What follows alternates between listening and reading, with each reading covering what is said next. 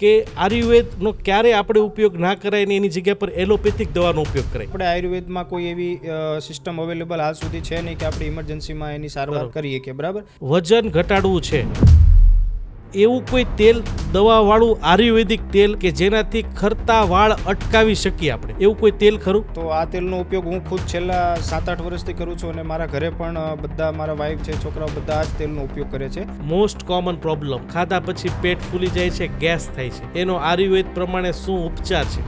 ઘરે જે વસ્તુ થઈ શકે એના માટે બેસ્ટ વસ્તુ જે આયુર્વેદમાં કીધેલી છે એ ફૂડ જરૂરી છે આયુર્વેદ પ્રમાણે ખાવાનું કે કસરત કરવી જરૂરી છે, કે નિરોગી રહેવા માટે બેમાંથી શું વધુ ફાયદાકારક હોય?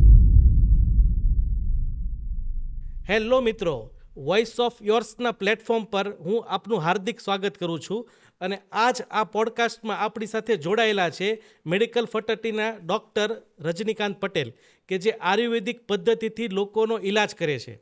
તો આજે આ પોડકાસ્ટથી આપણે એના થ્રુ જાણીશું કે હેલ્ધી કઈ રીતે રહેવું, શું ખાવું શું ના ખાવું, શુગરમાં શું કરવું, હૃદયની બીમારીમાં શું કરવું, બ્લડ પ્રેશરમાં શું કરવું, ઊંઘ નથી આવતી તો શું ઉપાયો કરવા. તો આ પોડકાસ્ટ તમને જરૂરથી સારો સાબિત થશે અને આ 1 કલાકના પોડકાસ્ટના અંત સુધી જોડાઈ રહેશો તો હું જરૂરથી પ્રોમિસ આપું છું કે તમારી થતી તકલીફો દૂર થશે. તો સર, પહેલો સવાલ એ છે કે બીમારીનો ઈલાજ કરવા માટે ટ્રીટમેન્ટ સારવાર હોય છે. અત્યારે આપણી પાસે અવેલેબલ જે માર્કેટમાં સારવાર છે આયુર્વેદિક છે, હોમિયોપેથિક છે ને એલોપેથિક. તો ક્યારે આપણે આયુર્વેદિક સારવારનો ઉપયોગ કરવો જોઈએ? મોટાભાગની બીમારી કે જે ઘણા લાંબા સમય સુધી ચાલતી હોય છે, જેમ કે જૂની શરદી છે, એલર્જી છે, ચામડીના ઘણા બધા રોગ છે, સાંધાના દુખાવા છે, અમુક માનસિક બીમારી જે છે જેમાં લાંબા સમય સુધી કન્વેન્શનલ મેડિસિન જે ઇંગ્લિશ મેડિસિન ચાલતી હોય છે. તો આઈ થિંક આયુર્વેદ માટે આવી બધી બીમારી માટે આયુર્વેદ બેસ્ટ રહી, બરાબર. જેમ કે જૂની શરદીના ઘણા બધા દર્દી હોય, ધાધર છે, સોરાયસિસ છે, સાંધાના દુખાવા છે, વા છે, તો એવી બધી બીમારીમાં આઈ થિંક આયુર્વેદ ચૂઝ કરવું જોઈએ. જે બીમારીમાં સ્ટીરોઇડનો ઉપયોગ છે કે જેમાં સોજો આવે છે, ઓટોઇમ્યુન કે બોડી ખુદ સામે ફાઇટ કરીને બીમારી પેદા કરે છે અને એમાં દવાનો લાંબો કોર્સ હોય છે, તો આવી વસ્તુમાં ઓલવેઝ આયુર્વેદનો ઉપયોગ પહેલાં કરાય અને એલોપેથી કે ઇમરજન્સી રિસોર્ટ તરીકે રખાય. સો બીજી વસ્તુ કે આયુર્વેદનો ક્યારે આપણે ઉપયોગ ના કરાય ને એની જગ્યા પર એલોપેથિક દવાનો ઉપયોગ કરાય.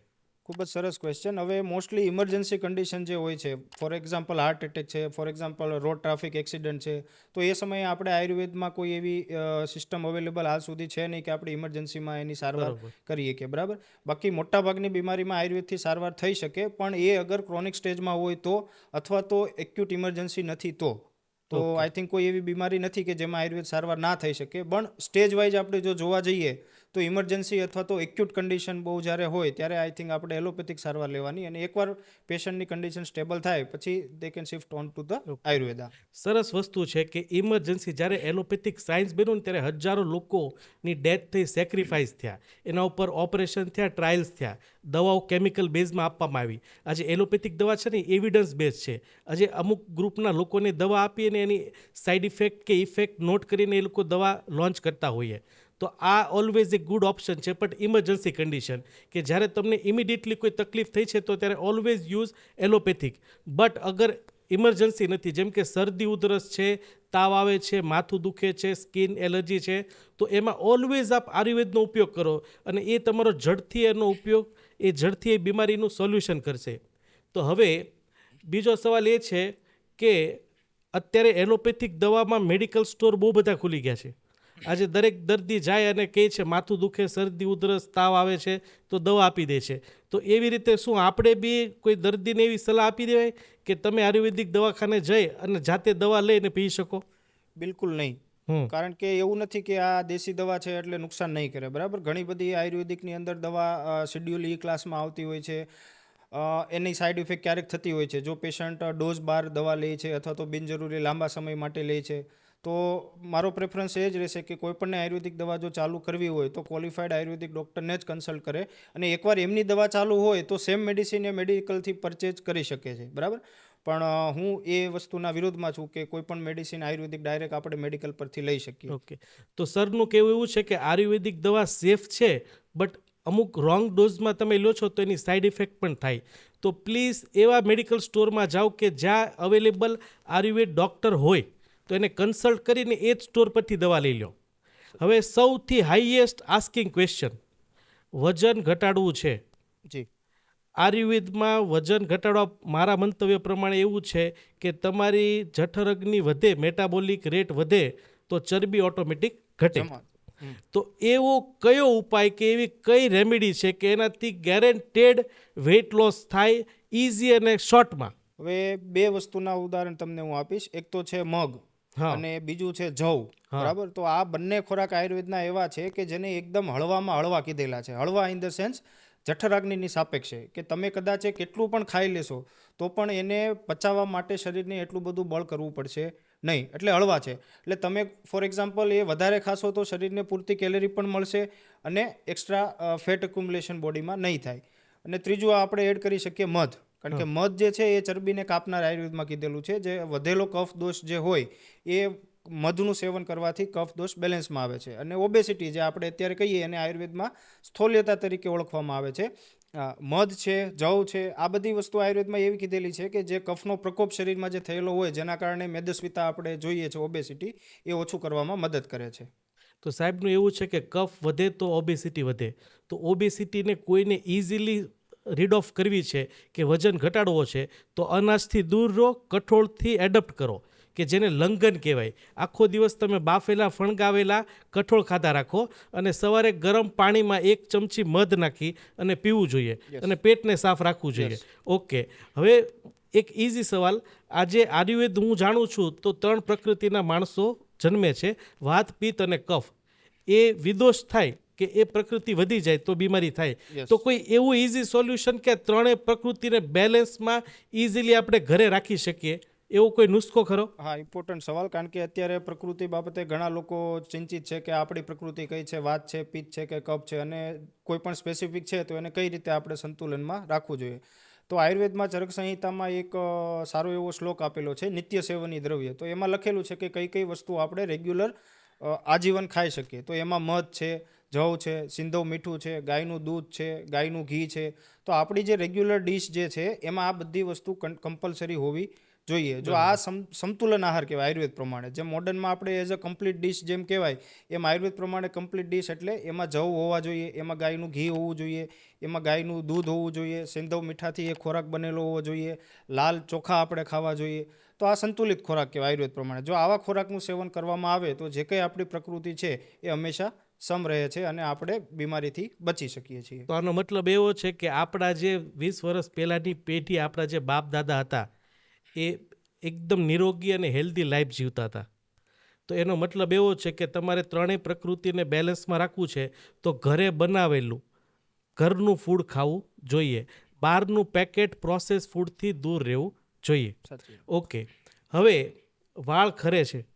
અત્યારે કેટલા પ્રકારના ઓઇલો માર્કેટમાં મળે છે, 700 રૂપિયા, 1000 રૂપિયાની બોટલ મળે છે. તો એવું કોઈ તેલ, દવાવાળું આયુર્વેદિક તેલ કે જેનાથી ખરતા વાળ અટકાવી શકીએ આપણે, એવું કોઈ તેલ ખરું? ખૂબ જ સરસ એક ક્લાસિકલ ઔષધિ છે આયુર્વેદનું, કે નીલી ભૃંગાદી તેલ. બરાબર, Okay. તો આ તેલનો ઉપયોગ હું ખુદ છેલ્લા 7-8 વર્ષથી કરું છું અને મારા ઘરે પણ બધા, મારા વાઈફ છે, છોકરાઓ બધા આ જ તેલનો ઉપયોગ કરે છે. તો રિઝલ્ટ સારું છે. પણ અગેઇન આપણે જો જોવા જઈએ તો આયુર્વેદમાં કોઈ પણ બીમારીનું મૂળ જાણવું જરૂરી છે. વાળ ખરે છે એટલે સીધું વાળનું કોઈ દવા વાપરવી એ અમુક અંશે સાચું છે, પણ આયુર્વેદ પ્રમાણે જ્યાં સુધી પેટ નહીં બગડે ત્યાં સુધી કોઈ પણ બીમારી નહીં થાય. બરાબર, એટલે વાળ ખરે છે તો જાણવું પડશે કે ભાઈ પેટની અગ્નિની કન્ડિશન શું છે. તો એના અકોર્ડિંગ જો સારવાર કરવામાં આવે તો આપણને સચોટ પરિણામ મળી શકે છે. ફોર એક્ઝામ્પલ અસ્થિ ધાતુ, હાડકાં. તો આયુર્વેદ પ્રમાણે જેટલા હાડકાં મજબૂત હશે એટલા વાળ મજબૂત હશે. તો અમે જ્યારે પેશન્ટ અમારી પાસે આવે છે ત્યારે એ ઓઇલની સાથે અમે અસ્થિ ધાતુ એટલે હાડકાં મજબૂત થાય એની પણ સારવાર કરીએ છીએ. બરાબર, નીલ ભૃંગાદી તેલ. નીલ ભૃંગાદી તેલ. તો દર્શકો, નીલ ભૃંગાદી તેલનો ઉપયોગ રાત્રે કરો અને સવારે વાળ ધોઈ નાખો અને કેલ્શિયમ વાળી વસ્તુ વધુ ખાઓ, ઘરનું પ્રોડક્ટ વધુ ખાઓ, પેટ સાફ હોવું જોઈએ. તો ઓલવેઝ કબજિયાતનો પ્રોબ્લેમ છે તો એનો નિકાલ કરો, તમારા જરૂરથી ખરતા વાળ અટકી જશે. હવે સાહેબ, તાવ આવે ને એટલે કોઈ બી વ્યક્તિ મેડિકલમાં જઈ અને કોઈ બીને ભણેલો છે કે અભણ છે કે કોઈ બી છે, ડૉક્ટર છે કે નોન મેડિકો છે, તો તાવ આવે તો પેરાસિટામોલ લઈ લેવાની. જી. તો આયુર્વેદની એવી કોઈ પેરાસિટામોલ, કેમ કે છે ને paracetamol was band in many country, કે એ છે ને તમારી ઇમ્યુનિટીને સપ્રેસ કરે. જે ફાઇટ કરતી અટકાવે, કે જ્યારે એન્ટીબોડીઝ બનવી જોઈએ ત્યારે ફાઇટ કરતી આ દવા અટકાવે, તો એવી કોઈ આયુર્વેદિક પેરાસિટેમોલ કે તાવ આવે એટલે દવા ચાલુ જ કરી દેવાની? ચોક્કસ, અહીં હું 2 આયુર્વેદિક ઔષધિના નામ લઈશ. પહેલી છે સંજીવની વટી અને બીજી છે મહાસુદર્શન ઘન વટી. તો આઈ થિંક આ 2 દવા બધાના ઘરમાં હંમેશા માટે રહેવી જોઈએ અને નાના બાળકો હોય કે વૃદ્ધ લોકો હોય બધાને આ દવા સેફ છે, કોઈ સાઈડ કઈ ઇફેક્ટ રીતે ઇવન લેવાની? નોટેડ નથી. નાના બાળકો હોય ફોર એક્ઝામ્પલ 10-15 કિલો વજન હોય તો એક ગોળી સવાર સાંજ લઈ શકે છે. અને બહુ વધારે ફીવર વિથ રાઇગર્સ મતલબ ઠંડી લાગીને જો તાવ આવતો હોય તો એડલ્ટ હોય તો અમે 5-5, 6-6 ગોળી પણ દર 2 કલાકે અથવા તો જ્યારે તાવ આવે ત્યારે આપીએ 5 છીએ. ગોળી? જી. ઓકે. અને એનાથી બેસ્ટ ઓપ્શન કે ઘરે આપણે ગુડુચી વાવી દો, ગિલોય, જેને આપણે સાદા ગુજરાતીમાં ગિલોય કહીએ અથવા તો ગળો, તો એ પણ એનું કામ પણ તાવમાં સારું છે. આજે એટલી ફાસ્ટ લાઈફમાં અને જે રીતે ઇન્સ્ટા, યુટ્યુબ, ફેસબુક ચાલે છે, એ રીતે આજ આપણે 10 વર્ષ આગળ જતા રહ્યા છે. તો આવા કન્ડિશનમાં અમારી ક્લિનિકમાં અમારા જે હૃદયના દર્દી હોય એનો એક કોમન પ્રશ્ન છે કે સેક્સ પાવર ઓછો થઈ જાવ. જી. એટલે આ સેક્સ પાવર વધારવા માટે આજે માર્કેટમાં કેટલા પ્રકારના શિલાજીત ને એ બધું અવેલેબલ છે. તો એવું કોઈ સેફ કે હૃદયનો દર્દી કે બ્લડ પ્રેશર કે શુગરનો દર્દી બી આ દવા લઈ શકે? શું ડોઝમાં લેવાની, કેટલા દિવસ લેવાની? તો એવી કોઈ આયુર્વેદિક દવા કે જેનાથી સેક્સ પાવર વધી શકે? ચોક્કસ. તો મેઇન તો આપણે જો સેક્સ પાવરની જો વાત કરીએ તો આયુર્વેદ પ્રમાણે ઘી અને સુવર્ણ, જે આપણે ગોલ્ડ કહીએ, તો ગોલ્ડને એઝ અ નેનો પાર્ટિકલ વાપરવું પડે છે. આયુર્વેદ દવામાં આપણે વાપરતા હોઈએ છીએ. તો સુવર્ણ ભસ્મ, તો સુવર્ણ ભસ્મવાળી કોઈ પણ દવા સેક્સ્યુઅલ પાવરને સારી રીતે બૂસ્ટ કરે છે. પણ અગેન એ લેતા પહેલાં આયુર્વેદિક ડૉક્ટરને કન્સલ્ટ કરે અને એ ડૉક્ટર દર્દીની પ્રકૃતિ જાણી અને ડિસાઇડ કરશે કે ભાઈ તમને કઈ સુવર્ણ દવા સુટેબલ છે, આ ભાઈને કઈ દવા સુટેબલ છે. તો આઈ થિંક સુવર્ણ ભસ્મ અને બીજું છે જે આપણે ઘરે કરી શકીએ એ ગાયના ઘીનો મેક્ઝિમમ ઉપયોગ કરવો જોઈએ. કારણ કે ઓકે. ગાયનું ઘી જે છે એ સદ્ય શુક્રવર્ધક છે. મતલબ તમે આજે ગાયનું ઘી ખાઓ તો 24 કલાકમાં તમારી શુક્ર ધાતુ એનાથી બને છે. બાકી બધો જે તમે ખોરાક ખાઓ એનાથી શુક્ર ધાતુ બનવા માટે 28 દિવસ મિનિમમ લાગે. પણ ગાયનું ઘી એક અપવાદ છે અને સુવર્ણ પણ અપવાદ છે. એનું સેવન કરવાથી માત્ર 24 થી 36 કલાકમાં શુક્ર ધાતુ બનતી એવી હોય છે. બધામાં ચાલે એવી કોઈ દવા સુવર્ણ ભસ્મવાળી? સિદ્ધ મકરધ્વજ છે જે ઓકે. કોઈ પણ માણસ લઈ શકે. તો દર્શકો, અગર તમને આ પ્રોબ્લેમ છે તો પહેલું ગાયનું ઘીનો ઉપયોગ 2 થી 3 ચમચી કરો. મકર ધ્વજ વટી છે જે સુવર્ણવાળી, એ 1 કે 2 ગોળીનો ઉપયોગ તમે કરી શકો. જી. બીજો સવાલ, આજે મારા ઘરમાં બી બાળક છે અને એક કોમન પ્રશ્ન છે કે રાત્રે બેડમાં પેશાબ કરી જાય છે. તો એની માટે કોઈ એવી દવા કે કોઈ એવો ઉપાય કે આ પેશાબ થતો અટકી જાય? મોસ્ટલી જ્યારે આવા બાળકો પ્રેક્ટિસમાં આવતા હોય છે ત્યારે અમે એક જ વસ્તુ પૂછતા હોઈએ છીએ કે તમારા બાળકના મોઢામાંથી લાળ પડે છે કે નહીં. હવે એનું કારણ એ છે કે મોટાભાગના બાળકોમાં જે બીમારી થાય એનું મેઇન કારણ કૃમિ રોગ હોય છે અને આયુર્વેદમાં 2 લક્ષણ મેઇન કીધા છે બાળકોમાં કૃમિ છે કે નહીં એ ચેક કરવા માટે. તો એક તો બાળક રાત્રે જ્યારે સૂવે ત્યારે લાળ વધારે પડતી હોય છે અને દાંત કચકચાવવાની આદત. હવે જો બાળકને આ 2 વસ્તુ છે તો પછી આપણે એને કૃમિની સારવાર કરીએ છીએ. હવે કૃમિની સારવાર ઘરે જો તમારે કરવી હોય તો કોઈ પણ કડવો રસ આપણે બાળકને આપી શકીએ છીએ. એ ચાહે તમે કડવા લીમડાના પાન આપો, કારેલાનો રસ આપો, કોઈ પણ વસ્તુ જે કડવો રસ હોય જે કૃમિનો નાશ કરે છે. એટલે કૃમિનો નાશ થવાથી બાળક જે રાત્રે પેશાબ કરી જાય છે પથારીમાં એ ઓટોમેટિક સોલ્વ થઈ જાય છે. બીજું કે ગ્રાહી દ્રવ્યોનો ઉપયોગ. ગ્રાહી દ્રવ્ય મતલબ જે એક્સેસ એક્ટિવિટી બોડીમાં થાય છે યુરિનની, એને હોલ્ટ કરે, સ્તંભન કરે. તો એના માટે બેસ્ટ એક્ઝામ્પલ છે કાળા તલ. તો બાળક જ્યારે રાત્રે સૂવે એ પહેલાં તમે એને 1 મુઠ્ઠી 1 ચમચી ઉંમર પ્રમાણે કાળા તલ ચાવીને કહો તો આનાથી પણ ઘણો ફાયદો જોવા મળે છે. ઓકે. જી. બીજો સવાલ એ કે હાઇટ, આજે હાઇટ બધાને ગમે છે, આજે એક સારો લુક માટે હાઇટ એસેન્શિયલ છે.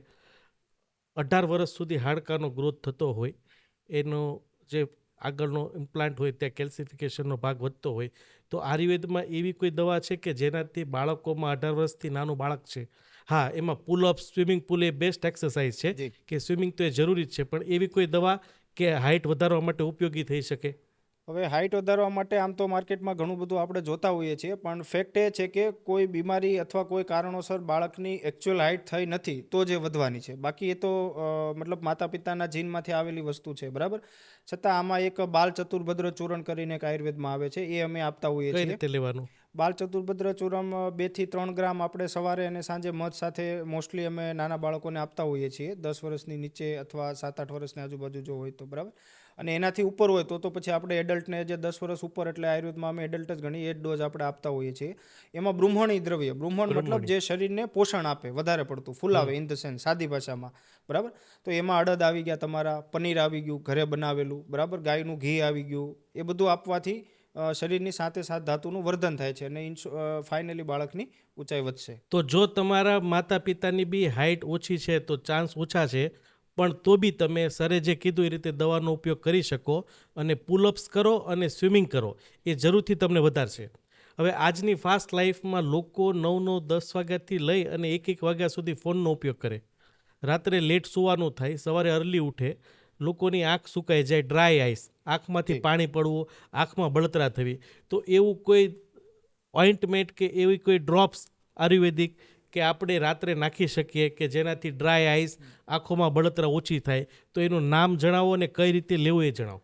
એના માટે હું 2 દવા એડવાઇસ કરીશ જે આસાનીથી ઘરે આપણે વાપરી શકીએ. એક તો આવે છે ખાખરાના મૂળનો અર્ક, કે જે તમને નેત્ર સુદર્શન અર્ક અથવા તો ખાખરાના મૂળનો અર્ક ઘણી બધી આજકાલ કંપનીઓ બનાવે છે. એ એકદમ સેફ છે, નાના બાળકો પણ વાપરી શકે અને મોટી ઉંમરના લોકો પણ વાપરી શકે. તો રાત્રે સૂતી વખતે 2 અથવા 3 ટીપા બંને આંખમાં નાખી શકીએ. બીજું છે ત્રિફલા ચૂર્ણ આપણે ઘરે રાખવું જોઈએ. રાત્રે જ્યારે આપણે સૂઈએ ત્યારે ત્રિફલા ચૂર્ણનો ઉકાળો બનાવી અને એ ઉકાળાથી આંખને રેગ્યુલર કન્ટિન્યુઅસ જો ધોવામાં આવે ડે ટાઈમમાં અથવા તો રાત્રે સૂઈએ એ પહેલાં, તો એના કારણે આંખમાં જે આ ડ્રાય આઈ સિન્ડ્રોમ અથવા બીજી કોઈ આ સ્ક્રીનને લગતી જે બીમારી થાય છે એનાથી સારું એવું રક્ષણ મળી શકે છે. તો આ 2 વસ્તુનો જરૂરથી ઉપયોગ કરો, પણ મેક્સિમમ 7 વાગ્યા પછી જો બને તો યલો લાઇટનો ઉપયોગ કરો, વ્હાઇટ લાઇટ અવોઇડ કરો. ફોનમાં પણ બી ડાર્ક મોડ આવતો હોય એ ઓન કરો, અને જેટલું બને જો તમને સિરિયસલી આંખની તકલીફ છે તો 9 વાગ્યા પછી ગેજેટનો ઉપયોગ બંધ કરવાનું રાખો. બીજો સવાલ, આજે લોકો મેરેજમાં જાય છે, બહાર લારી પર ખાય છે. સુરત ખાવા માટે ફેમસ છે. મોસ્ટ કોમન પ્રોબ્લેમ, ખાધા પછી પેટ ફૂલી જાય છે, ગેસ થાય છે. જી. એનો આયુર્વેદ પ્રમાણે શું ઉપચાર છે? ઘરે જે વસ્તુ થઈ શકે એના માટે બેસ્ટ વસ્તુ જે આયુર્વેદમાં કીધેલી છે એ જમ્યા પહેલાં પણ પાણી ન પીવું અને જમ્યા પછી પણ પાણી ન પીવું. જમતી વખતે વચ્ચે જો પાણી પીવામાં આવે, ફોર એક્ઝામ્પલ મારો ખોરાક 4 રોટલીનો છે તો હું અડધી રોટલી ખાઈને 2 ઘૂંટડા ગરમ પાણી પીશ, પાછી અડધી રોટલી ખાઈને 2 ઘૂંટડા ગરમ પાણી પીશ.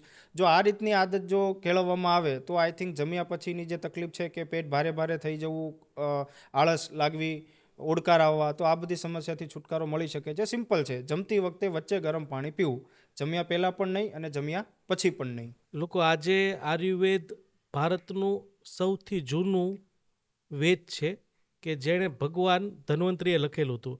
ભગવાન ધન્વંતરી એ ડૉક્ટરોના ભગવાન હતા અને એણે વર્ષો જૂનું એ આયુર્વેદ લખેલું છે. અને આજે આપણી બદલ એ છે કે આપણે એને ફોલો નથી કરતા. જેમ સરે કીધું ગરમ પાણી, આજે જાપાનમાં લોકોનું આયુષ્ય સૌથી વધુ છે, એ ઓલવેઝ ગરમ પાણી પીવે છે. 24 કલાક જ્યારે બી તરસ લાગે છે તો ગરમ પાણી પીવે છે. તો ઓલવેઝ તમે ગરમ પાણી પીવાનું રાખો અને જમવાની વચ્ચે કે સાથે ગમે ત્યારે ગરમ પાણી પીવો તો તમારી પેટની ફૂલાવાની અને એસિડિટીની તકલીફ જરૂરથી દૂર થશે. હવે એક ઇઝી સવાલ કે હું જ્યારે હૃદયની પ્રેક્ટિસ કરતો હોય ને હૃદયના દર્દી મને કહે કે ભાઈ હૃદયના દર્દીને તમે શું બેસ્ટ સલાહ આપો, તો મારું ઓલવેઝ સલાહ હોય કે 16 કલાક ભૂખ્યા રહો, અર્જુનની ચા પીવો. તો આજે એડલ્ટ લોકો કે જેની ઉંમર 25થી લઈ અને 60 વર્ષની છે, તો કઈ સૌથી ખરાબ વસ્તુ આપણે કરીએ છીએ અને સૌથી સારી બેસ્ટ ટિપ્સ કે તમે આ એજના લોકોને આપી શકો કે ઓલવેઝ કરાય? આપણે આનો જવાબ લાસ્ટ સવાલમાં જ છે, ગરમ પાણી, જે મેં તમને કીધું ઓકે, એમ. એક ગરમ પાણી પીવું જોઈએ. કારણ બીજું? કે આયુર્વેદ પ્રમાણે જ્યારે પેટ બગડશે, કારણ કે અજીર્ણના ઉપદ્રવમાં હૃદય રોગ લખેલો છે આયુર્વેદમાં, તો હૃદય રોગની શરૂઆત હંમેશા અને હંમેશા પેટ પરથી જ થશે. હવે આપણે ઘણા પેશન્ટ આવતા હોય જેમને કન્ટિન્યુઅસ કબજિયાત રહેતો હોય, કન્ટિન્યુઅસ અપચાની તકલીફ હોય, તો આના કારણે વાયુ વધવાથી એ વાયુ હાર્ટ ઉપર પ્રેશર આપે છે, તો અલ્ટિમેટલી હાર્ટ એટેક છે, પમ્પિંગ ઓછું થઈ જવું, તો આ બધી બીમારીનું કારણ કંઈ ને કંઈક આયુર્વેદ પ્રમાણે બગડેલું પેટ છે. તો જ્યાં સુધી પેટ ઉપર ધ્યાન આપવામાં આવશે, પેટ જે લોકોનું એકદમ તંદુરસ્ત છે એ લોકોને હૃદયરોગ થવાની સંભાવના ઓલમોસ્ટ નહીવત છે. અને જેટલું પેટ બગડશે એટલા હૃદયરોગ થવાના ચાન્સ વધશે. એટલે હૃદયરોગને જો દૂર રહેવું હોય તો પેટ ઉપર ફોકસ કરવું જરૂરી છે આયુર્વેદ પ્રમાણે.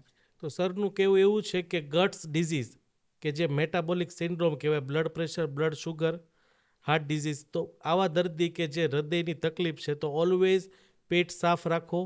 પેટ સાફ રાખવા માટે તમે આયુર્વેદિક દવાઓનો ઉપયોગ કરી શકો અને ઓલવેઝ ગરમ પાણીનો ઉપયોગ કરો. જી. બીજી વસ્તુ, આજે તમે પાણીની વાત કરી તો આયુર્વેદ પ્રમાણે કયું પાણી પીવું જોઈએ અને કેટલું પાણી પીવું જોઈએ અને ક્યારે પીવું જોઈએ? આ બહુ સરસ સવાલ છે, કારણ કે માર્કેટમાં બહુ બધું મિથ ફરે કે ભાઈ 6 લીટર 8 લીટર પાણી પીવું જોઈએ, બરાબર. પણ આયુર્વેદ પ્રમાણે બેસ્ટ વસ્તુ જે સ્વસ્થ રહેવા માટે જે કહેવામાં આવેલી છે એ બે છે કે ભૂખ લાગે તો જ જમવું અને તરસ લાગે તો જ પાણી પીવું.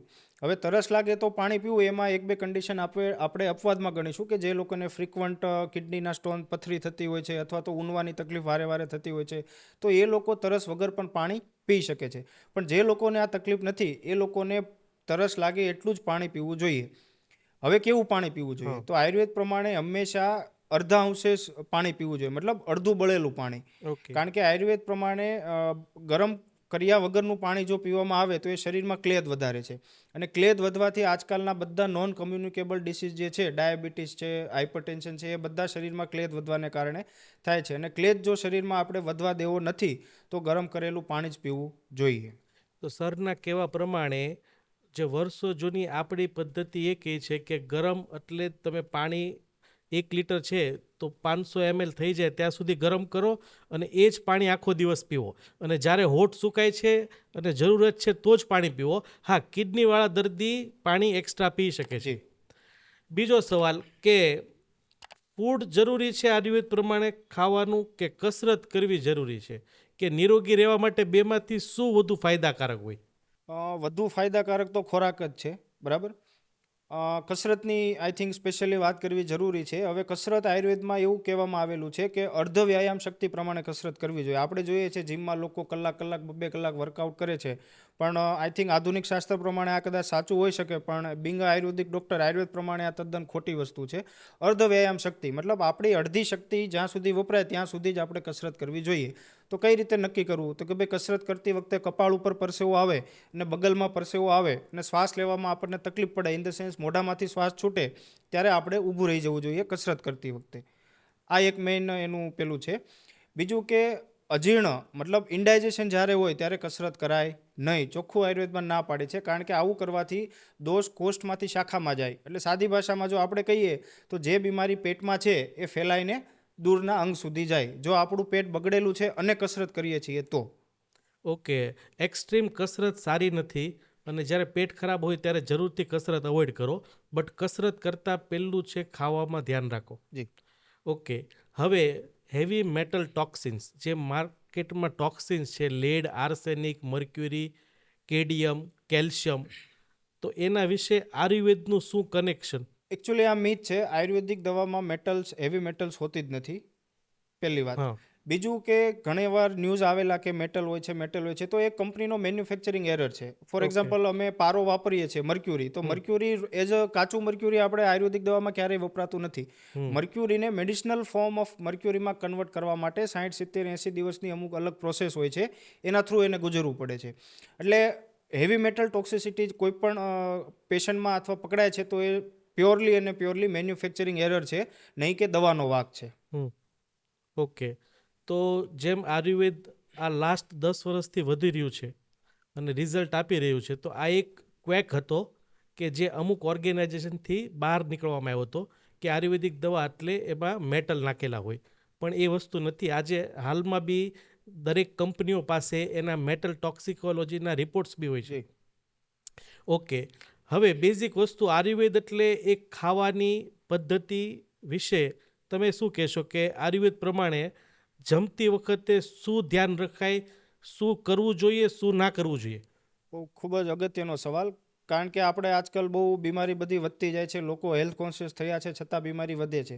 તો મેઇન જે કારણ જે છે, જે સાહેબ તમે સવાલ પૂછો કે આ જમતી વખતે શું ધ્યાન રાખવું જોઈએ, તો આયુર્વેદમાં ચરક સંહિતામાં ચોખ્ખું આચાર્ય ચરકે કીધેલું છે કે જમતી વખતે બોલવું ના જોઈએ, જમતી વખતે હસવું ના જોઈએ, જમતી વખતે કોઈ બીજી એક્ટિવિટીમાં ઇન્ડલ્જ ના થવું જોઈએ. સૌથી મહત્વનું, જમતી વખતે આપણું 100% ધ્યાન ખોરાક ઉપર હોવું જોઈએ, મતલબ એકાગ્રચિત્ત થઈને જમવું જોઈએ.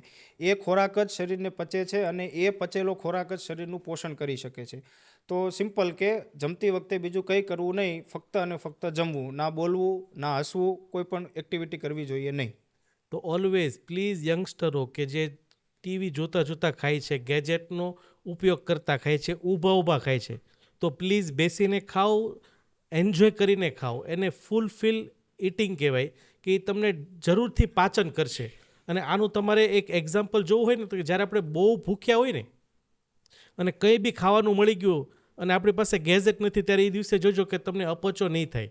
બીજો સવાલ કે આપણે આયુર્વેદ પ્રમાણે કઈ વસ્તુ રોજ લઈ શકાય ખાવામાં? તો નિત્ય સેવનની દ્રવ્ય મેં જેમ એક્સપ્લેન કર્યા તો કે મધ છે, મધનો ઉપયોગ આપણે રોજ કરી શકીએ છીએ. જવ છે, જવ રેગ્યુલર વાપરી શકીએ છીએ. સિંધવ મીઠું રેગ્યુલર વપરાય. ગાયનું ઘી છે, ગાયનું દૂધ છે. તો આ બધા નિત્ય સેવની દ્રવ્ય આયુર્વેદમાં કીધેલા છે. આનું સેવન બાળક જ્યારે જમવાનું શીખે 6-8 મહિને 10 મહિને ત્યારથી લઈને મોત સુધી કન્ટિન્યુઅસ કરી શકાય છે. આ ખોરાકની કોઈ પણ શરીર ઉપર પેલી અસર જોવા મળતી નથી. દહીં અને છાશ એનું સેવન આયુર્વેદ પ્રમાણે ક્યારે કરવું જોઈએ, ક્યારે ના કરવું જોઈએ, અને એ બે વસ્તુ જરૂરી છે એ આપણે ન ખાઈએ તો પણ ચાલે? બહુ અગત્યનો સવાલ છે. દહીં જે છે એને આપણે વિલન તરીકે જોઈશું આયુર્વેદમાં, અને જે છાશ છે એને આપણે અમૃત તરીકે જોઈશું. બરાબર. હવે એનું કારણ, દહીં જે છે એ ખૂબ જ અભિસંધિ કરે છે. અભિસંધિ મતલબ શરીરની જે ચેનલ્સ જે હોય છે, વેઝલ્સ, કોઈ પણ વેઝલ્સ લઈ લો, એમાં એ ચિકાસ ઉત્પન્ન કરે છે. ચિકાસ એટલે આપણે આધુનિક સમયમાં એથેરોસ્ક્લેરોસિસ સાથે એમને સંકળાવી શકીએ. બરાબર. તો દહીંનો ઉપયોગ ક્યારેય ના કરવો જોઈએ, અને જો કરવો હોય તો સનસેટ પહેલાં જ કરવો જોઈએ, અને એ પણ સાદું દહીં ક્યારેય ખાવું જોઈએ નહીં. આયુર્વેદ પ્રમાણે જો તમારે દહીં ખાવું છે તો એની અંદર તમે સાકર નાખો, સિંધવ મીઠું નાખી શકો છો, અથવા તો આમળાનો પાવડર નાખી શકો છો. આ રીતે જ દહીંનું સેવન કરવું જોઈએ, અને એ પણ સનસેટ પહેલાં. સનસેટ પછી કોઈ પણ સંજોગોમાં દહીં ખાવું જોઈએ નહીં. અને દહીં ખાવાથી શરીરની કોષ્ઠની અંદર જે બીમારી જે છે આંતરડામાં, એ દૂરના અંગો સુધી ફેલાય છે. ઓકે. સો 7 વાગ્યા પહેલાં જ દહીંનો ઉપયોગ કરવો જોઈએ અને જેટલો બને એટલોનો ઉપયોગ ઓછો કરવો જોઈએ.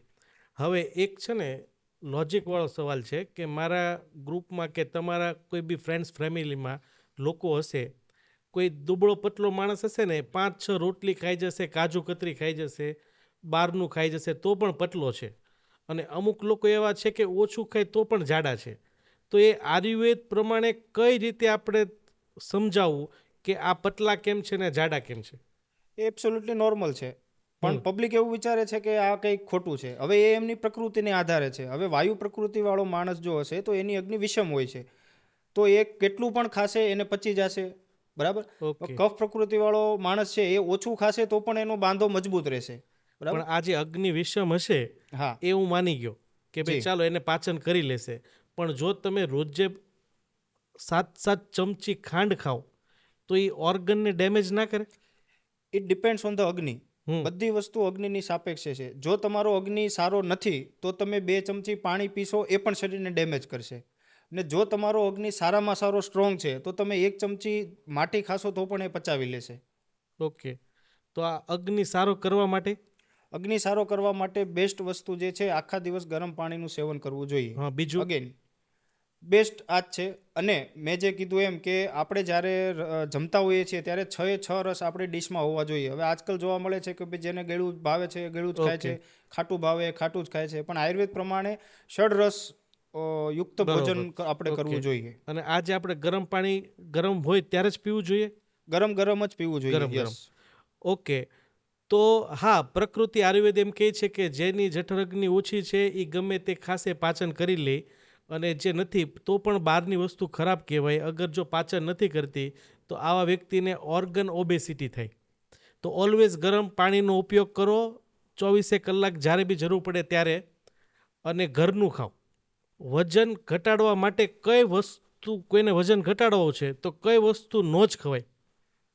દહીં, હા, અડદ, ઓકે.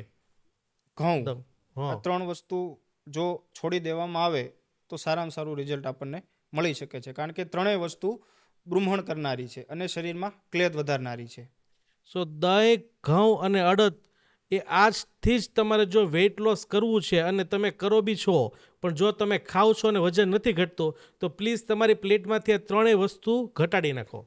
હવે મોસ્ટ કોમન પ્રશ્ન, આ શિયાળો ચાલુ છે, મારા ખુદની ઓપીડીમાં પેશન્ટો આવતા હોય, એનું પ્રેફર કરવું કે જેટલું બને એટલું શરદી અને ઉધરસ માટે એલોપેથિક દવા ન લેવું જોઈએ, કેમ કે એ કફને સપ્રેસ કરે અને એ બીજી જગ્યા પરથી બહાર આવશે.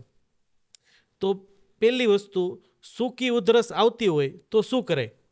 સૂકી ઉધરસમાં સિમ્પલ, આપણી ઘરે જે તેલ અથવા જે ગાયનું ઘી હોય છે એમાં થોડુંક સિંધવ મીઠું નાખી અને એનો છાતી ઉપર માલિશ કરવું જોઈએ. છતાં પણ જો એ સૂકી ઉધરસ કંટ્રોલ ના આવે તો એ વાયુને આધારે આયુર્વેદમાં આપણે ગણીએ છીએ અને કાળા તલનું તેલ અડધી ચમચી, 1 ચમચી અથવા 2 ચમચી સવાર સાંજ ગરમ પાણી સાથે પીવાથી ઓકે. સારામાં સારી રાહત મળી શકે છે. અને કોઈ એમ કહે છે કે મને ઉધરસ આવે છે ને કફ બારો નીકળે છે, તો એના માટે તો એવા કેસમાં આપણે કાળા તલની સલાહ નહીં આપીએ કારણ કે એ કફને કારણે છે. તો એવા કેસમાં આપણે 4-5 ટીપા આદુનો રસ અને 4-5 ટીપા મધ આ મિક્સ કરી અને ગળવાનું નથી, પેશન્ટને ચાટવા માટે આપવાનું છે. તો આવું દર અડધી કલાકે જો ચાટવામાં આવે તો કફની ફ્રીક્વન્સી સારી એવી 24 કલાકની અંદર ઘટી જતી હોય છે. Okay, right. તો આ બે વસ્તુ ચોક્કસ કરી શકાય. હવે હું હૃદયના દર્દી છેલ્લા 13 વર્ષથી જોઉં છું. કોઈ દર્દી મને એમ કહે છે કે સર હું ચાલું છું ને છાતીમાં દુખે, દેટ ઇઝ એન્જાઇના, કે ચાલવાથી હૃદયની નળીમાં લોહી નથી પહોંચતું. તો એની માટે આયુર્વેદિક બેસ્ટ દવા, ઔષધિ કે કોઈ ટિપ્સ? હવે પુષ્કર મૂળ કરીને એક ઔષધિ જે છે પુષ્કર જે મૂળ. હૃદયના કોઈ પણ રોગ માટે બેસ્ટ આયુર્વેદમાં કહેવામાં એની આવેલી છે. ગોળી મળશે કે? પુષ્કર મૂળનું ચૂર્ણ આઈ થિંક ઘણા બધા હર્બલ સ્ટોર ઉપર મળવું જોઈએ, બરાબર. અને બીજું છે અર્જુન, પણ અર્જુનનો સ્પેસિફિક યુઝ સ્પેસિફિક કન્ડિશનમાં થતો હોય છે.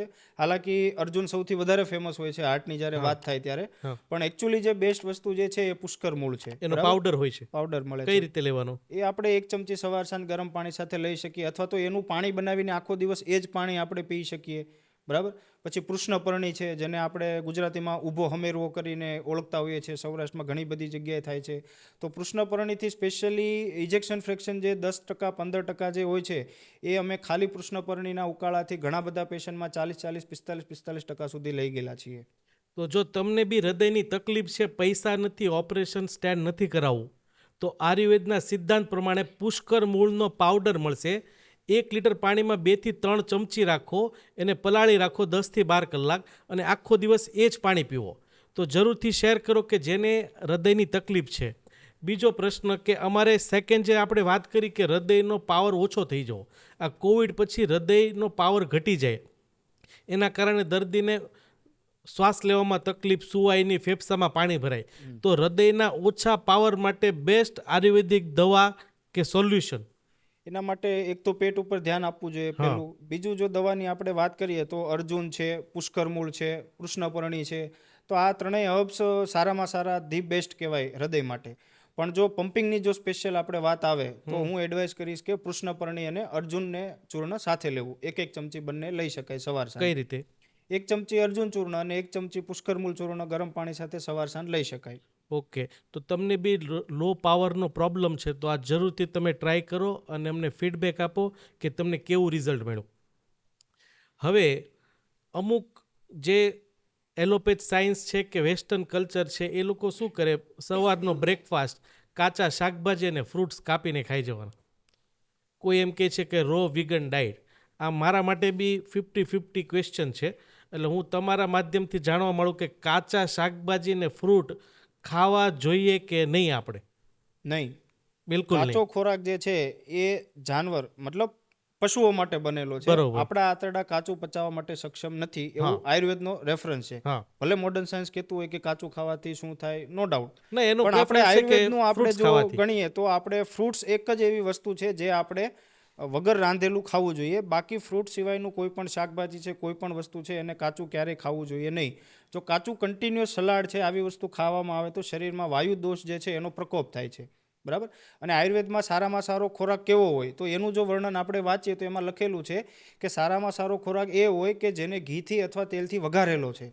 જે ખોરાક ઘી અથવા તેલથી વઘારેલો નથી એ હંમેશા વાયુનો પ્રકોપ કરનાર છે.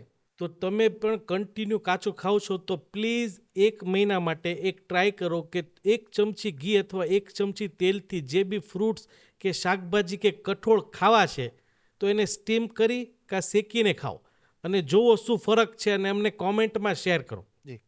હવે હું જ્યારે તમારી પ્રોફાઇલની વેબસાઇટ જોતો હતો કે તમારી જે હોસ્પિટલ છે, તમે છેલ્લા 10-12 વર્ષથી આ પ્રેક્ટિસ કરો છો, તો અમે જોયું છે કોવિડમાં જ્યારે ઓક્સિજનના સિલિન્ડરો દિવસે ને દિવસે પેશન્ટોને ઓક્સિજન જે અપાતું હતું એ ઓક્સિજનના કારણે એક નવી બીમારી ડેવલપ થઈ, that is called mucormycosis, black fungus, કે જે ફંગસનો ગ્રોથ ઉપરના હિસ્સામાં દર્દીઓને જોવા મળ્યા. અને હું જોઉં છું કે તમે 1700થી વધુ લોકોને ટ્રીટ કર્યા છે.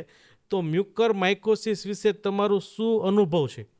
મ્યુકોરમાઇકોસિસ એકચ્યુઅલી આમ જોઈએ તો બ્રેક થ્રુ ડિસ્કવરી આયુર્વેદમાં કહી શકાય, કારણ કે ડેડલીએસ્ટ ડિસીઝ છે આજના સમયમાં, અને લાખો રૂપિયા ખર્ચા કરવા છતાં પણ દર્દીઓને આંખો ગુમાવવી પડી છે. અમે તો ઘણા દર્દી એવા જોયા છે કે 50-50 લાખ રૂપિયા ખર્ચા કર્યા પછી પણ દર્દીનું મૃત્યુ થયું હોય. તો આયુર્વેદમાં આપણે એ બધા બીમારીની સારવાર એકદમ નજીવા ખર્ચે કરી છે, અને વગર કોઈ ઓપરેશને. તો આયુર્વેદ બ્રેક થ્રુ આ વસ્તુ આયુર્વેદના ક્ષેત્રમાં આઈ થિંક આપણે આખા ભારતીયોને બધાને ગર્વ લેવો જોઈએ કે આવી જીવલેણ અને ઇન્ફેક્શિયસ ડેડલી ડિસીઝમાં આયુર્વેદે સારામાં સારું કામ કર્યું છે. અત્યારે આયુર્વેદ જે ઉપર તો આવે છે, પણ મને પર્સનલી હજુ એવું થાય છે કે જે વેથી ઉપર આવવું જોઈએ એમાં ઘણા બધા ફેક્ટરો બી છે. તો તમને તમારો શું અનુભવ છે કે સરકારનો શું રોલ છે આયુર્વેદ ઉપર લાવવા માટેનો? ડેફિનેટલી સરકારનો ઘણા બધા પ્રયાસો છેલ્લા અમુક વર્ષોથી થઈ રહ્યા છે. એમાંથી મોસ્ટ ઇમ્પોર્ટન્ટલી જે મને જે લાગ્યું એ આયુષ વિઝા કરીને નરેન્દ્ર મોદી સાહેબની જે ગવર્મેન્ટ હમણાં આવી એણે પેલું કર્યું. એટલે એક બહુ મોટી વાત કહેવાય. બહારના દેશના લોકોને ઇન્ડિયામાં આવવું હોય તો આયુષ વિઝા કરીને એક સ્પેશિયલ કેટેગરી લોન્ચ કરવામાં આવેલી છે, બરાબર. બાકી અત્યારે ઘણી બધી કન્ટ્રીમાં પણ આયુર્વેદને વેલિડિટી મળી ગઈ છે. તમને જાણીને નવાઈ લાગશે, દુબઈમાં જો તમારે આયુર્વેદિક સારવાર કરાવી હોય તો એ કેશલેસ છે ડે કેરમાં. સ્વિટ્ઝરલેન્ડમાં આયુર્વેદા અપ્રૂવડ છે. તમે સ્વિટ્ઝરલેન્ડમાં આયુર્વેદિક સારવાર ઇન્સ્યોરન્સથી કરાવી શકો છો. તો આ બધા ઘણા બધા સ્ટેપ લેવાના છે. આઈ થિંક 7 થી 8 કન્ટ્રી વર્લ્ડની અત્યારે એવી છે, ભારત બહારની, કે જ્યાં Ayurveda as a medical science approved છે. તો આજે ઇન્ડિયા બહાર એવી કઈ કન્ટ્રી છે કે જે ઇન્ડિયા પછી સૌથી વધુ આયુર્વેદિક પ્રોડક્ટ કે એની ઉપચાર પદ્ધતિ કે જેવી કે પંચકર્મ છે એનો ઉપયોગ કરે છે? વર્લ્ડમાં આયુર્વેદનું રેકગ્નાઇઝ ક્યાં છે? સૌથી વધારે યુરોપિયન કન્ટ્રીમાં. હા. આજે તમે જર્મનીમાં જશો અથવા કોઈ પણ યુરોપિયન કન્ટ્રીમાં જશો, તમને આયુર્વેદિક ડોક્ટરો જ્યાં જોશે ત્યાં મળી જશે. નો ડાઉટ એ લોકો ઇન્ડિયામાં જે રીતની આયુર્વેદ પ્રેક્ટિસ થાય છે એટલી ફ્રીડમથી નથી કરી શકતા, પણ આઈ થિંક આવનારા સમયમાં European country as a Ayurvedic hub તરીકે ઉભરતું આવશે. ઓકે. આજે ભારતમાં જે ઓબેસિટી વધી છે એમાં સૌથી મોસ્ટ કોમન દરેકના ઘરમાં જે તકલીફ છે એ ઘૂંટણની બીમારી. ઘૂંટણ દુખે છે ત્યારે pain killer, steroidal base pain killer લેતા હોઈએ. તો એવી કોઈ દવા આયુર્વેદમાં કે કોઈ મલમ કે કોઈ બી વ્યક્તિ પી શકે ને લગાવી શકે કે જેનાથી એનો દુખાવો વિધાઉટ સાઇડ ઇફેક્ટ ઓછો થઈ જાય? હવે આપણે અહીંયા સૂંઠની વાત કરશું. સૂંઠ એટલે સુકાઈ ગયેલું આદુ, બરાબર. તો હા. આદુ જે છે એ અગ્નિ વધારનાર પણ કીધું છે અને વાયુનું શમન કરનાર પણ કીધું છે. તો જે આ ઓસ્ટિયોઆર્થરાઇટિસ છે, આર્થરાઇટિસ છે, જે સાદા આપણે વા કહીએ, તો એ બધા વાયુના પ્રકોપને કારણે થતા હોય છે. તો સિમ્પલ વસ્તુ જે આપણે ઘરે કરી શકીએ, સૂંઠીવાળું પાણી દર્દી આખો દિવસ પીવું જોઈએ, જે લોકોને સાંધાની ક્રોનિક બીમારી હોય એને. બરોબર. જી. અને કોઈ લગાવવા માટે કંઈ લોશન? લગાવવા માટે આઈ થિંક આપણે એરંડનું તેલ અને કાળા તલનું તેલ મિક્સ કરી અને એમાં થોડુંક સિંધવ મીઠું નાખી અને લગાડી શકીએ છીએ. હવે હું આજે જ એક વિડીયો જોતો હતો કે કેન્સર આજે છે એ દરેક સેલિબ્રિટીમાં તમે જો સંજય દત્તથી માંડીને હિના ખાન બધાને કેન્સર થયું છે. તો એમાં ઓલમોસ્ટ આ લેડીઝોમાં કોઈ એને એડિક્શન બી નથી ટોબેકો, તો બી કેન્સર થાય છે. તો દેટ ધ રીઝન ઇઝ કે આઉટસાઇડ કેમિકલ. યસ. કે આજે ટૂથપેસ્ટ આપણે સવારે ઉઠીને સૌથી પહેલું કેમિકલ આપણે ટૂથપેસ્ટ એસિડના ફોર્મમાં નાખીએ છીએ. તો આજે ટૂથપેસ્ટ સવારે વાપરવી જોઈએ કે કઈ વાપરવી જોઈએ, કે કઈ એવો નેચરલ ઇલાજ છે કે આપણે સવારે એનો ઉપયોગ કરાય તો એનાથી શું થાય, મોઢું બી સારું રહે અને કેમિકલ બેઝ ટૂથપેસ્ટથી આપણે દૂર રહીએ? તો બે વનસ્પતિના અહીં હું નામ લઈશ. એક તો છે લીમડો, જે આપણે બધા ઓળખે જ છે. બીજું છે કણજી, જેને આયુર્વેદમાં કરંજ કહેવામાં આવે છે. તો લીમડા કરતાં પણ બેસ્ટ જો મોઢાની સફાઈ માટે જો કોઈ વસ્તુ હોય તો એ છે કણજીનું દાંતણ. એટલે ઘણા બધા આપણે એસએનસીના રોડ ઉપર પ્લાન્ટ થયેલા છે. માર્કેટમાં પણ લીલા કણજીના દાંતણ મળે છે. બીજી એક ઔષધીય પેલું છે આયુર્વેદમાં કે દશન સંસ્કાર ચૂર્ણ. હા. તો જનરલી હું પણ ઘરે આ જ વાપરું છું સવારે મંજન કરવા માટે. દશન સંસ્કાર ચૂર્ણ ઘણી બધી કંપની બનાવે છે. તો એમાં થોડુંક આપણે સિંધવ મીઠું નાખી અને આપણે મંજન તરીકે ઉપયોગ કરી શકીએ છીએ. ઓકે. તો આ અવેલેબલ રહેશે દશન મંજન ચૂર્ણ? હા, આઈ થિંક મોસ્ટલી મળી જવા જોઈએ મેડિકલ સ્ટોર પર. ઓકે. બીજી વસ્તુ, રાત્રે ઊંઘ નથી આવતી, હમ. તો ઊંઘ માટે કોઈ દવા? ઊંઘ માટે જે પ્રેક્ટિકલી અમે જે અનુભવ કર્યો છે તે પંચગવ્ય જો અવેલેબલ હોય તો પંચગવ્યના 3 ટીપા બંને નાકમાં નાખવા, અથવા પંચગવ્ય અવેલેબલ નથી તો ગાયનું ઘી તો આઈ થિંક બધાના ઘરે અવેલેબલ હોય જ છે, બરાબર. હા. તો એના 3 ટીપા સુવાના 1-1.5 કલાક પહેલાં નાક કન્ટિન્યુઅસ આપણે રોજ જો નાખીએ તો ઊંઘની ક્વોલિટીમાં સારો એવો સુધારો અમે ઘણા બધા દર્દીઓમાં જોયેલો છે. Okay, right. જી. તો આનો ડેઇલી બેઝિસ પર ઉપયોગ કરી હા, શકાય. Daily continuous. પ્લસ નકરી ઊંઘમાં ફાયદો નહીં થાય, પણ જે ક્લેવિકલની ઉપરના જેટલા ઓર્ગન છે, આંખ છે, નાક છે, કાન છે, વાળ, એ બધાને સ્વસ્થ બનાવશે ગાયનું ઘીનું નશ્ય કન્ટિન્યુઅસ લેવાથી. આયુર્વેદમાં જ્યારે મારો અનુભવ હતો કે એનોરેક્ટલ સર્જનમાં સારસૂત્રથી આ લોકો પાઇલ્સ હરસમસાનું ઓપરેશન કરતા હોય, એટલે પાઇલ્સને એમાં એક કોમન વસ્તુ શું છે કે જ્યારે પાઇલ્સને આપણે વાત કરીએ ને એટલે લોકોના માઇન્ડમાં એક જ કે તીખું ખાતો હશે એટલે પાઇલ્સ થાય. તો પાઇલ્સ થવાનું કારણ શું છે ને પાઇલ્સ થયા હોય તો શું હોમ બેઝ વસ્તુ કરાય કે આપણે સર્જરી અવોઇડ કરી શકીએ? પહેલી વાત તો તીખાને અને પાઇલ્સને કંઈ લેવા દેવા નથી. બરોબર. પાઇલ્સ થાય પછી તીખું નથી ખાવાનું, Right. પણ તીખું ખાવાથી પાઇલ્સ નહીં થાય, બરાબર. કબજિયાત કન્ટિન્યુઅસ જો રહે, માણસ બેસીને ઉભડક બેસીને જે સ્ટૂલ પાસ કરવા માટે જે બળ કરે છે એ ત્યાંથી મસાની શરૂઆત થાય છે, હા. બરાબર. તો આ એક મિથ છે કે ગળું તીખું ખાવાથી મસા થાય, ના થાય. મસા થાય પછી તીખું નથી ખાવાનું, બરાબર. બીજી વસ્તુ કે ઘરગથ્થુ આપણે ઇલાજ શું કરી શકીએ, તો ગરમ પાણીનું સીડ્સ બાથ છે એ આપણે કરી શકીએ, બરાબર. બીજું એક સુરણનું શાક, બરાબર. તો સુરણના શાકને ગાયના ઘીમાં બનાવીને અઠવાડિયામાં 2 થી 3 દિવસ લેવું જોઈએ, તો એનાથી પણ ઘણો ફાયદો થાય. અને ઓફકોર્સ કબજિયાત ઉપર આપણે ફોકસ કરવો જોઈએ, કબજિયાત ના રહેવું જોઈએ. Okay, right, fine. તો એવું કોઈ લિંક નથી કે તીખું ખાવાથી પાઇલ્સ થાય. હા, તમે ઘરનું ખાઓ અને પાઇલ્સ થયા હશે તો ત્યારે તીખું ન ખાઈ શકો. જી. હવે આજે વર્લ્ડમાં સૌથી નંબર 1 પર ભારત ડાયાબિટીસનું કેપિટલ બની ગયું છે. તો 50થી લઈ 70 વર્ષની ઉંમરના કે જેને બી ડાયાબિટીસ ટાઈપ 2 છે કે જે દવા ઉપર છે, જી. એના માટે કોમ્પેક્ટ 1 મિનિટમાં કયો ડાયટ કે સવારે ઉઠીને આ ખાઓ, બપોરે આ ખાઓ, સાંજે આ ખાઓ અને આ વસ્તુ ના કરો. પહેલાં તો ભૂખ લાગે તો જ જમવું. ઓકે. બીજું 2 મેઇન વસ્તુ જે છે જે ચેન્જ કરવો જોઈએ એ ઘઉં બંધ કરીને જવનો ઉપયોગ વધારવો હા. અને આખો દિવસ ગરમ પાણી પીવું. જવ અને ગરમ પાણી શરીરનો ક્લેદ દૂર કરે છે. ક્લેદ એકવાર દૂર થશે એટલે ડાયાબિટીસના જે કાંઈ પેરામીટર છે એ ઓટોમેટિક નોર્મલ આવતા જશે. રાઈટ. ઓકે. તો ફાસ્ટિંગ કરો અને નેચરલી જવનો ઉપયોગ વધારો, ફ્રૂટ શાકભાજી, બાફેલા શાકભાજીનો વધુ ઉપયોગ કરો અને પાચન સારું રાખો. બીજી વસ્તુ, આજે છે ને માર્કેટમાં બહુ જ બધું કેવું કે માઇન્ડને સેટિસ્ફાઈડ થાય ને એ રીતે પેલું ઘઉં નથી ખવાતા તો શું કરે, મલ્ટીગ્રેન અનાજ આવી ગયું, મલ્ટીગ્રેન લોટ. તો મલ્ટીગ્રેન લોટ ખવાય કે ન ખવાય? આઈ થિંક ના ખવાય, કારણ કે બધા દ્રવ્યોના ગુણ અલગ અલગ હોય છે, બરાબર. આઈધર તમે ઘઉં ખાઓ, આઈધર તમે બાજરો ખાઓ અથવા તો જવ ખાઓ, બરાબર. તો મલ્ટીગ્રેન ઓફકોર્સ નહીં લેવું જોઈએ. નહીં લેવું જોઈએ. ઓકે.